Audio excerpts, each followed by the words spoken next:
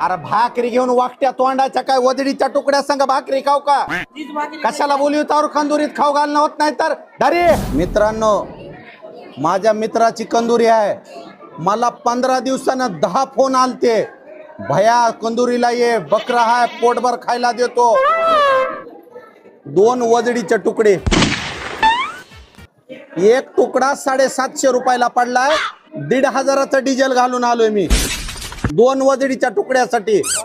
त्याच्यासाठी मित्रांनो, गावातल्या गावात कंदुरी असेल तर जावा.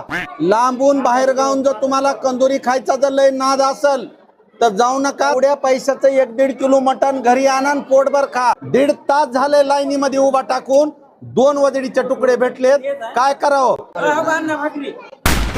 अरे भाकरी घेऊन वाकट्या तोंडाच्या काय वजडीच्या तुकड्या संग भाकरी खाऊ का? कशाला बोलवतावर कंदुरीत खाऊ घालणं होत नाही तर धरी. आता ही वजडीचा तुकडा खाऊ का लाकीट म्हणून गळ्यात बांधू मला ही सुद्धा कळ नाही.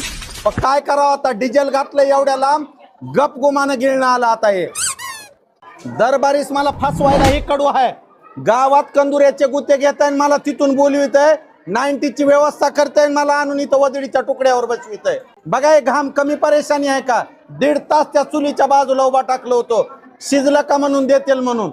तुकडा सुद्धा दिला नाही. तुकडा ही बघा काय पीस. 1500चं डिझेल वाटलंय. बद बद बद बद बद.